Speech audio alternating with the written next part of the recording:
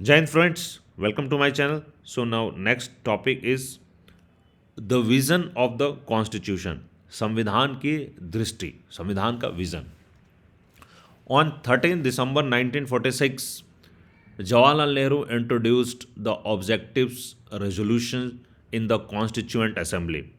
तो 13 दिसंबर 1946 को पंडित जवाहरलाल नेहरू जी ने संविधान सभा के सामने उद्देश्य प्रस्ताव पेश किया.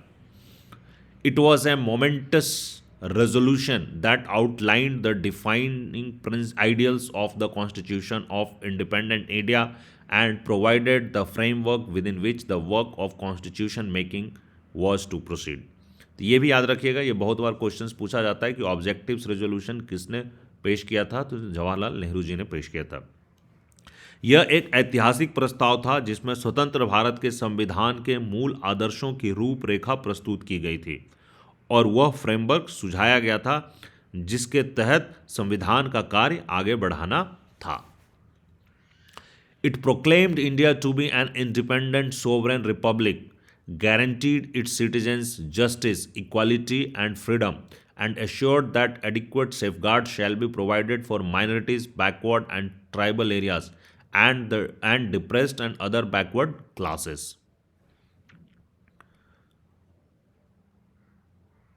इसमें भारत को एक स्वतंत्र संप्रभु गणराज्य घोषित किया गया था.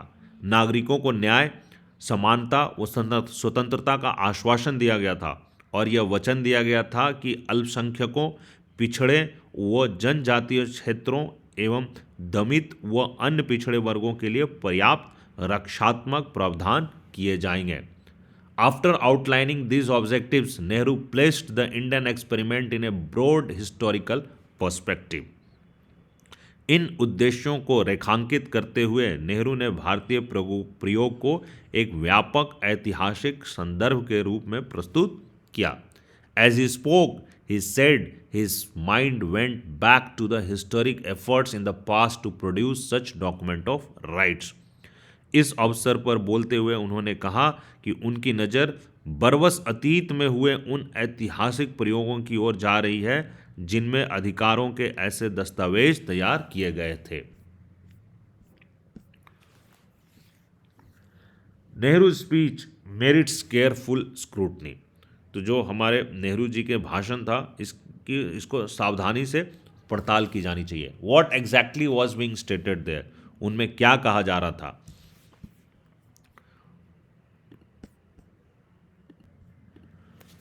What did Nehru's seemingly nostalgic return to the past reflect? तो नेहरू के जो अतीत प्रेम था, है ना, वो जो नेहरू जी का अतीत प्रेम था उससे क्या पता चलता है. And what was he saying about the origin of ideas embodied in the vision of the constitution. संविधान की दृष्टि को निर्धारित करने वाले विचारों के उद्गम के बारे में वो क्या कह रहे थे. सो ये सारी चीज़ें सोचने वाली है. बट इससे पहले मैं आपको जस्ट थोड़ा सा यहाँ पे बताना चाहूँगा दोस्तों कि ये आपके बुक में दिया हुआ है. उनका जो ये था टेक्स्ट था जो उन्होंने उद्देश्य रेजोल्यूशन जो उसने दिया था फेमस स्पीच, वो यहाँ पे मेंशन्ड है. तो आप इसको फ्री टाइम में पढ़ लीजिएगा तो थोड़ा सा आप लोगों को डिटेल में समझ में आएगा. मैं उसको कवर नहीं कर रहा हूँ स्पीच को क्योंकि मैं आपका फोकस चैप्टर पे रख रहा हूँ. But if you go through that, if you read that, then आपकी अंडरस्टैंडिंग थोड़ा ज़्यादा डेवलप होगी और सही से डेवलप होगी. Now coming back, in returning to the past and referring to the American and French revolutions, Nehru was locating the history of constitution making in India within a longer history of a struggle for liberty and freedom. तो अतीत की ओर जाते हुए अमेरिकी और फ्रांसीसी क्रांति का हवाला देते हुए नेहरू भारत में संविधान निर्माण के इतिहास को मुक्ति व स्वतंत्रता के एक लंबी ऐतिहासिक संघर्ष का हिस्सा सिद्ध कर रहे थे. The momentous nature of Indian project was emphasized by linking it to revolutionary moments in the past.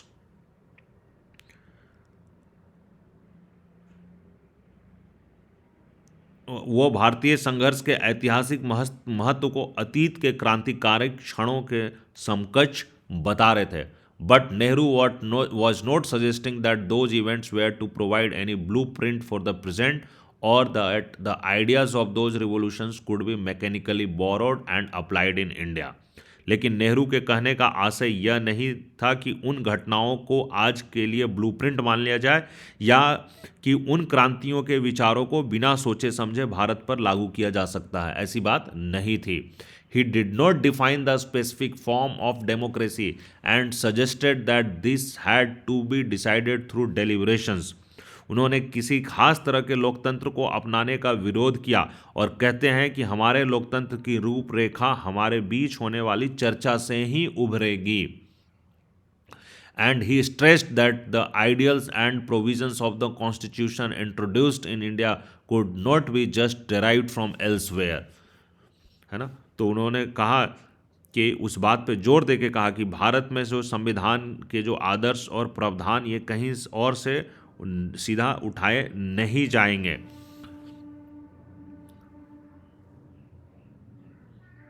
We are not going just to copy, he said, है ना, कि उन्होंने विश्वास व्यक्त किया कि हम सिर्फ नकल करने वाले नहीं हैं। The system of government established in India, he declared, had to fit in with the temper of our people and be acceptable to them. उनके शब्दों में भारत में शासन की जो व्यवस्था स्थापित हो वह हमारे लोगों के स्वभाव के अनुरूप और उनको स्वीकार्य होनी चाहिए। It should fit in the temper of our people, हमारे लोगों के टेम्पर में फिट होना चाहिए और उनको एक्सेप्टेबल भी होना चाहिए। It was necessary to learn from the people of the west, from their achievements and failures, but the western nations too had to learn from experiments elsewhere. They too had to change their own notions of democracy. उनके शब्दों में भारत की जो शासन की जो व्यवस्था, उनका कहना था कि जो पश्चिम से वहाँ की उपलब्धियों और विफलताओं से सबक लेना जरूरी तो है, लेकिन हमें याद रखना चाहिए कि पश्चिमी समाजों को भी अन्य स्थानों पर हुए प्रयोगों से बहुत कुछ सीखना पड़ा था और उनको भी अपनी लोकतंत्र की अवधारणा को बदलनी पड़ी थी। The objective of the Indian Constitution would be to fuse the liberal ideas of democracy with the socialist idea of economic justice and readapt and rework all these ideas within the Indian context. Nehru's plea was for creating creative thinking about what was appropriate for India. भारतीय संविधान का उद्देश्य यह होगा कि लोकतंत्र के उदारवादी विचारों और आर्थिक न्याय के समाजवादी विचारों का एक दूसरे में समावेश किया जाए और भारतीय संदर्भ में इन विचारों की रचनात्मक व्याख्या की जाए। नेहरू इस बात पर जोर दे रहे थे कि भारत के लिए क्या उचित है, इस बारे में हमें रचनात्मक ढंग से सोचना चाहिए। What is appropriate for India, we need to think on that. The will of the people, लोगों की इच्छा। A communist member Somnath Lahiri saw the dark hand of British imperialism hanging over the deliberations of the constituent assembly. संविधान सभा के communist सदस्य सोमनाथ लाहिड़ी को संविधान सभा की चर्चाओं पर ब्रिटिश साम्राज्यवाद का एक साया दिखाई देता था। He thus urged the members and Indians in general to fully free themselves from the influences of imperial rule.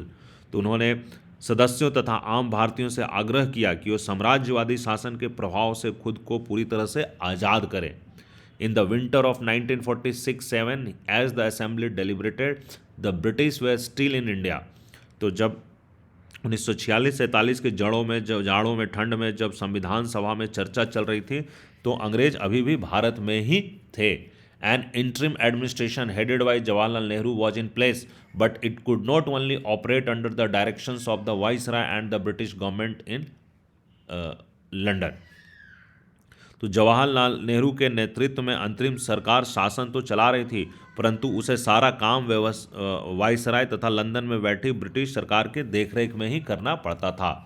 Lahiri exhorted his colleague to realize that the Constituent Assembly was British made and was working the British plans as the British should like it to be worked out. तो लाहिड़ी ने अपने साथियों को समझाया कि संविधान सभा अंग्रेजों की बनाई हुई है और वह अंग्रेजों की योजना को साकार करने का काम कर रही है।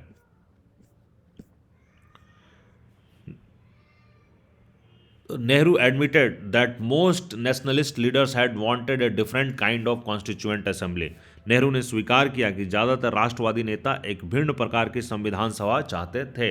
It was also true in a sense that the British government had a hand in its birth and it had attached certain conditions within which assembly had to function. तो एक लिहाज से यह भी सही था कि ब्रिटिश सरकार का उनके गठन में काफ़ी हाथ था और उसने सभा के कामकाज पर कुछ शर्तें भी लगा दी थी. But emphasized Nehru, you must not ignore the source from which this assembly derived its strength. परंतु नेहरू ने कहा आपको उस स्रोत को नज़रअंदाज नहीं करना चाहिए जहां से इस सभा को शक्ति मिल रही है. Nehru added, governments do not come into being by state papers. उन्होंने कहा कि सरकारें जो है वो सरकारी कागजों से नहीं बनती. Governments are in fact the expression of the will of the people. सरकार जनता की इच्छा की अभिव्यक्ति होती है. We have met here today because of the strength of the people behind us and we shall go far as the people of not of any party or group but the people as a whole shall wish us to go. हम यहाँ इसलिए जुटे हैं क्योंकि हमारे पास जनता की ताकत है और हम उतनी दूर तक ही जाएंगे जितनी दूर तक लोग हमें ले जाना चाहेंगे, फिर चाहे वो किसी भी समूह या पार्टी से संबंधित क्यों ना हो. We should therefore always keep in mind the passion that lie in the hearts of the masses of Indian people and try to fulfil them. इसलिए हमें भारतीय जनता के दिलों में समाई आकांक्षाओं और भावनाओं को हमेशा अपने जहन में रखना चाहिए और उन्हें पूरा करने का प्रयास करना चाहिए. The constituent assembly was expected to express the aspirations of those who had participated in the movement for independence. संविधान सभा उन लोगों की आकांक्षाओं की अभिव्यक्ति का साधन मानी जा रही थी जिन्होंने स्वतंत्रता के आंदोलनों में हिस्सा लिया था. Democracy, equality and justice were ideals that had become intimately associated with social struggles in India since the 19th century. लोकतंत्र, समानता और न्याय जैसे आदर्श 19वीं सदी से भारत में सामाजिक संघर्षों के साथ गहरे तौर पर जुड़ चुके थे. When the social reformers in the 19th century opposed child marriage and demanded that widows be allowed to remarry, they were pleading for social justice. तो जब 19वीं शताब्दी में समाज सुधारकों ने बाल विवाह का विरोध किया और विधवा विवाह का समर्थन किया तो वो सामाजिक न्याय का ही अलग जगा रहे थे. When Swami Vivekanand campaigned for a reform of Hinduism, he wanted religions to become more just. है ना. जब विवेकानंद ने हिंदू धर्म में सुधार के लिए मुहिम चलाई तो विवेकानंद जी चाहते थे कि वो धर्मों को और ज़्यादा न्याय संगत बनाने का ही प्रयास कर रहे थे. When Jyotiba Phule in Maharashtra pointed to the suffering of the depressed castes or the communists and socialist organized workers and peasants, they were demanding economic and social justice. तो जब महाराष्ट्र में ज्योतिबा फुले जी ने दमित जातियों की पीड़ा का सवाल उठाया या कम्युनिस्टों या सोशलिस्टों ने मजदूरों और किसानों को एकजुट किया तो वो भी आर्थिक और सामाजिक न्याय के लिए ही जूझ रहे थे. The national movement against a government that was seen as oppressive and illegitimate was inevitably a struggle for democracy and justice for citizens rights and equality. तो एक दमनकारी और अवैध सरकार के खिलाफ राष्ट्रीय आंदोलन अपरिहार्य रूप से लोकतंत्र और न्याय का, नागरिकों के अधिकारों और समानता का संघर्ष भी था. In fact as the demand for representation grew, the British had been forced to introduce a series of constitutional reforms. तो जैसे जैसे प्रतिनिधित्व की मांग बढ़ी, अंग्रेजों को चरणबद्ध ढंग से संवैधानिक सुधार करने पड़े. A number of acts were passed 1909, 1919, and 1935, gradually enlarging the space for Indian participation in the provincial governments. तो प्रांतीय सरकारों में भारतीयों की हिस्सेदारी बढ़ाने के लिए कई कानून पारित किए गए, जैसे 1909 में, 1919 में, 1935 में. The executive was made partly responsible to the provincial legislature in 1919 and almost so under the Government of India Act of 1935.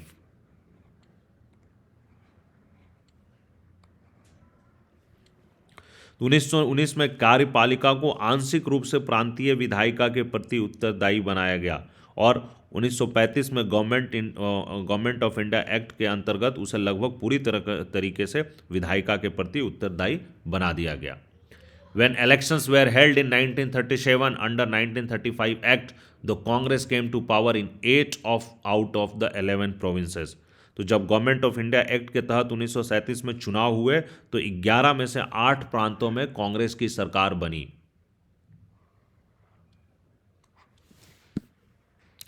Yet, we should not see an unbroken continuity between the earlier constitutional developments and what happened in the 3 years from 1946.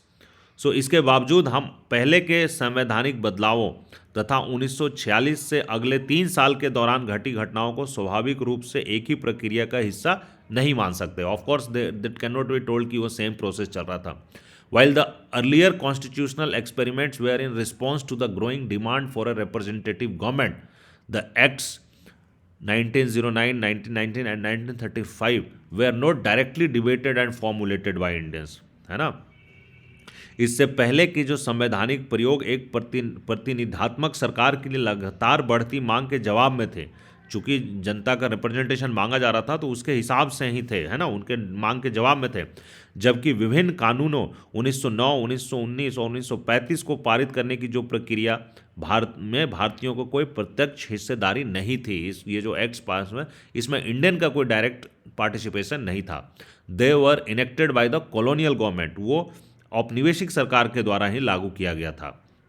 The electorate that elected the provincial bodies had expanded over the year, but even in 1935 it remained limited to not more than 10 to 15% of the adult population. There was no universal adult franchise.